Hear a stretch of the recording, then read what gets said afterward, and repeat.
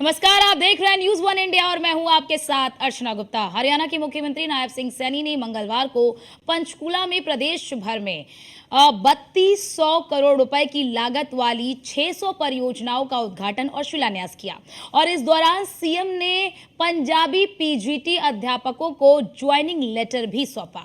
उन्होंने कहा कि मुझे ये गर्व है कि आज हरियाणा में बिना खर्ची और पर्ची के केवल मेरिट के आधार पर सरकारी नौकरियां मिल रही हैं।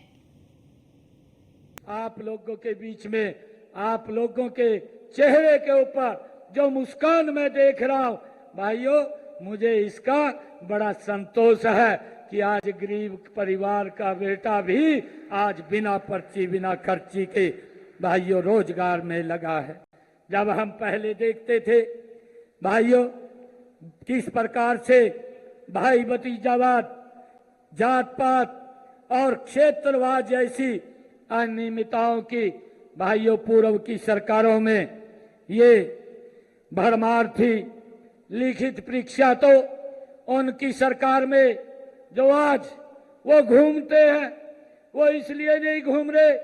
हमारी जो शिक्षा मंत्री है आदरणीय सीमा त्रिखा जी, वो ठीक बोल रही थी, वो वैसे नहीं घूम रहे हैं।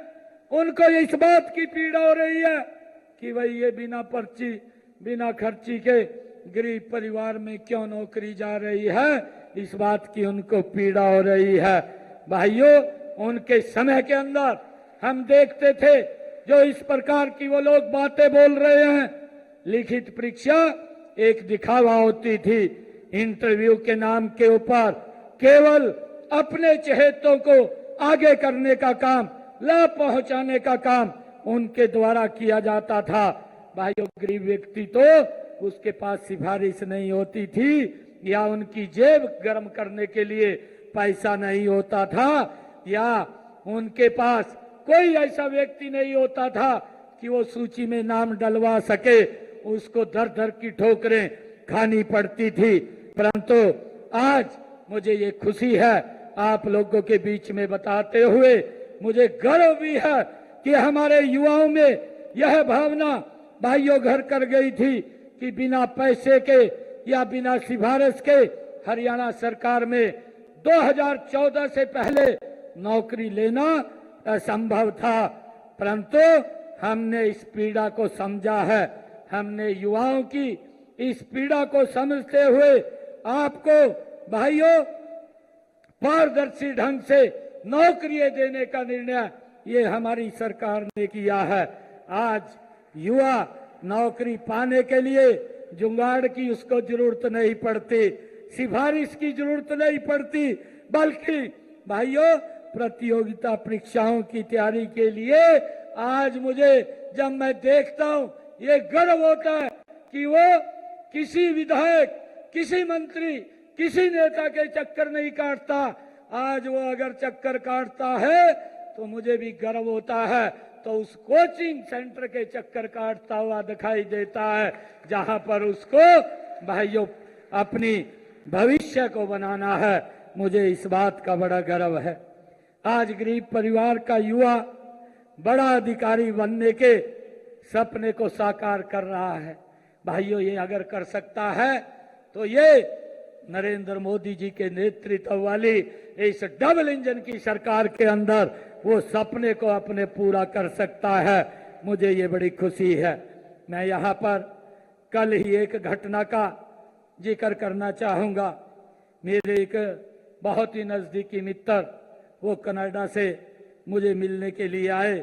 प्रदेश में वो खुले कोचिंग संस्थानों को देख करके वो बड़े हैरान थे। बातचीत के दौरान उन्होंने कहने लगे कि हरियाणा में बड़ा बदलाव आया है।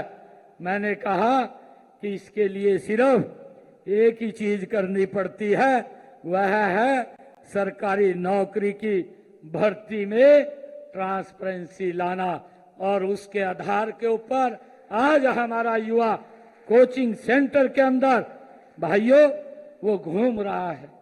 मैं आज आप सब युवा साथियों के बीच में इस बात को भी मैं कहना चाहता हूं, हमारी सरकार इस बात को भी सुनिश्चित करेगी कि आज हमारा युवा कोचिंग सेंटर के अंदर जा रहा है।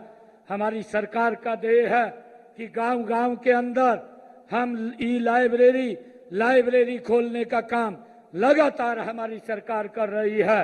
और मैं इस बात को भी आज अपने युवा साथियों के बीच में इस बात को भी सुनिश्चित करूंगा कि कोई भी कोचिंग सेंटर का मालिक किसी भी बच्चे से कोई नाजायज पैसा ना ले, उसकी भी सुनिश्चितता करने का काम ये हमारी सरकार का है।